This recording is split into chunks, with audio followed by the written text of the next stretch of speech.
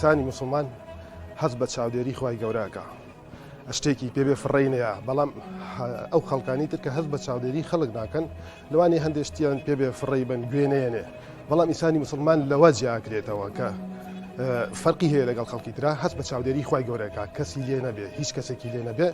ئەوە ئەو کەسە پاکوخاوێنی ڕاگرێت یا هەندێشت هەیە نایکات لەبەرچی لەبەر خوای گەورە کە هەست بە چاودێری خوای گەورەکە. بەڵێ ئاینی ئیسلام کاریگەری هەبووە لەسەر من بەتاک وەروەها لەسەر گشتیش هەیەی، چونکە هەر لە ئاەتی قورئانە خوای گەورە فەرمێ وەثیابەکە فەطەهیر، یعنی جلەکاتان پاک ڕاگرن بێژگە لەوەی کە وەکو مامۆستا باسی کرد کە ئەڵێ دڵ و دەروونتان پاک ڕاگرن و هەروە ئەفەرمێ لە دیوی خارجیەوە وەثیابەکە فەطەهیر، و هەروەها نوێژ یەکێکە لە پاکوخاوێنی کە کاریگەری هەیە لەسەر تاکتاکی مسلمان کە ڕۆژانە 5 فەرز دەموچاوی شووە دەستی شووە و هەروەها واشی لێکە کە ئاوەکان پیس نەکە ڕووبارەکان پڕ نەکاتەوە.